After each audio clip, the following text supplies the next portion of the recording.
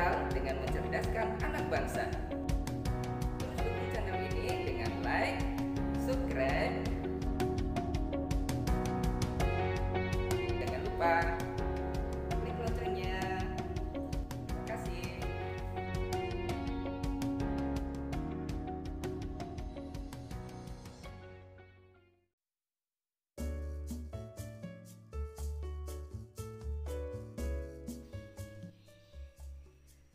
Assalamualaikum warahmatullahi wabarakatuh. Halo anak-anak, bagaimana kabarnya hari ini? Mudah-mudahan kita semua selalu dalam keadaan sehat walafiat. Pada pertemuan kali ini kita akan melanjutkan materi kita, yaitu mengenai tumbuhan berbiji atau spermatofita. Adapun tujuan pembelajaran kita hari ini, yang pertama adalah mengetahui ciri-ciri dari spermatofita atau tumbuhan berbiji. Dan yang kedua adalah mengidentifikasi klasifikasi dari spermatofita atau tumbuhan berbiji.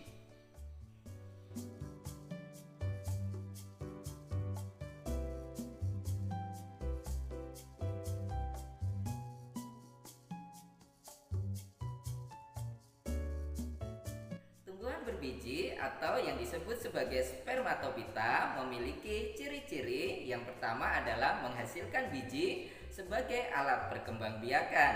Yang kedua adalah termasuk golongan Chormophyta berbiji.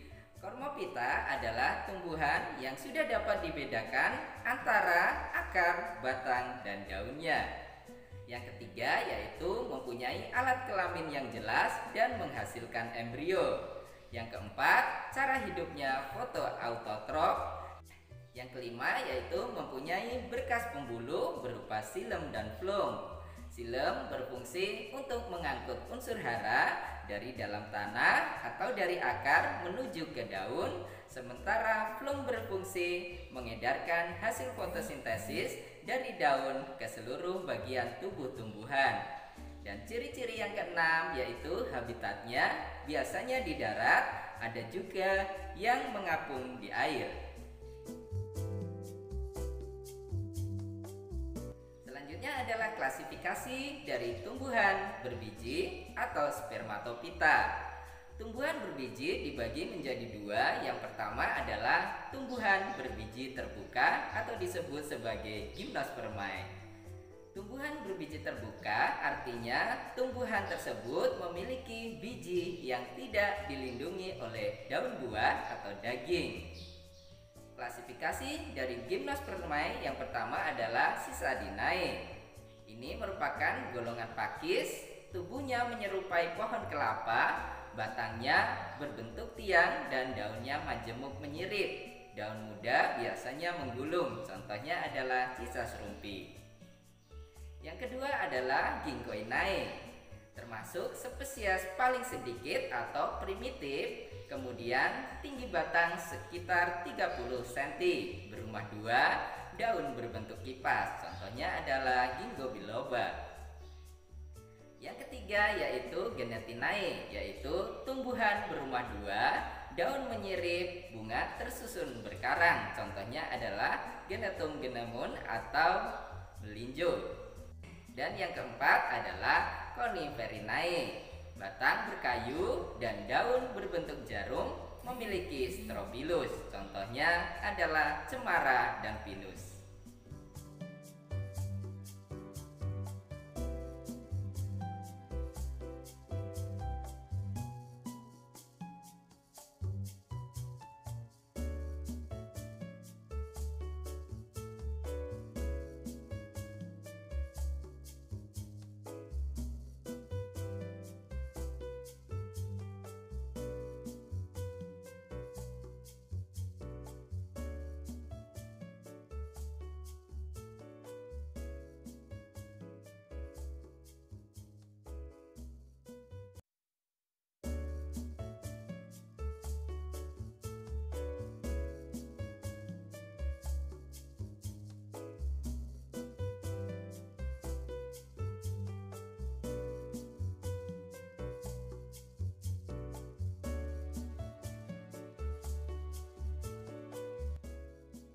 Klasifikasi yang kedua yaitu tumbuhan berbiji tertutup atau disebut sebagai Angiospermae. Disebut tumbuhan berbiji tertutup karena bijinya dilindungi oleh daging buah. Adapun tumbuhan berbiji tertutup atau Angiospermae dibagi menjadi dua, yaitu ada monokotil dan dikotil. Monokotil ini adalah tumbuhan berkeping satu dengan ciri-ciri mempunyai satu daun lembaga, akar serabut, tulang daun sejajar, batang tidak bercabang, dan mahkota bunga kelipatan dari 3. Sementara tumbuhan dikotil yaitu tumbuhan berkeping 2, mempunyai 2 daun lembaga, akar tunggang, daun menyirip dan menjari, batang bercabang dan berkambium. Kemudian mahkota bunga biasanya kelipatan 2, 4, atau 5.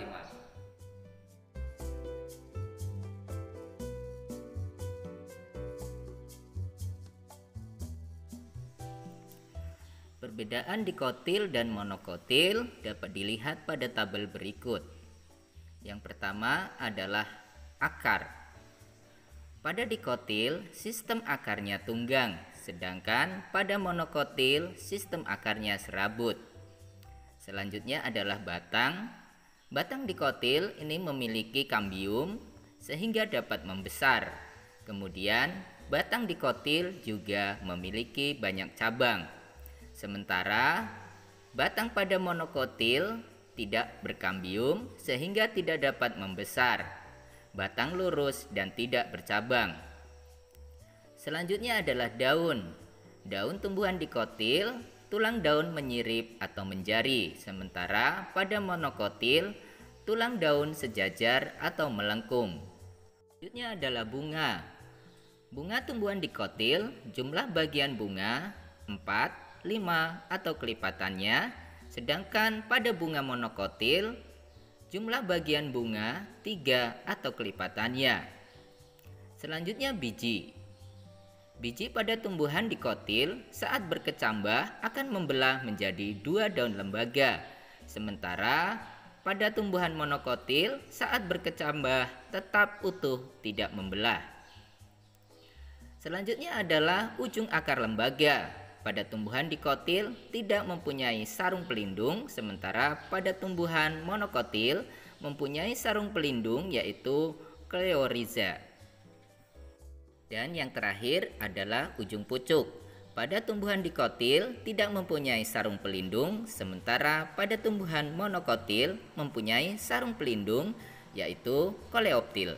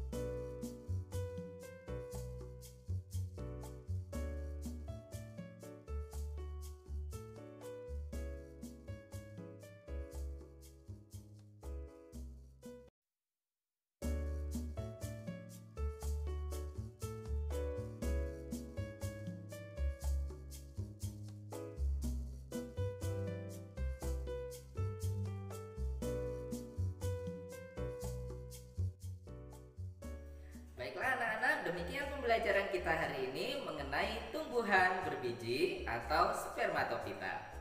Seperti biasa, sebagai absen kalian silakan like video ini, kemudian silakan kalian absen di kolom komentar.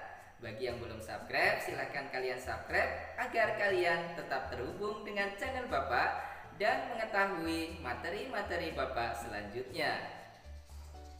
Pada akhir video ini akan ada tugas yang harus kalian kerjakan dengan waktu 1 minggu.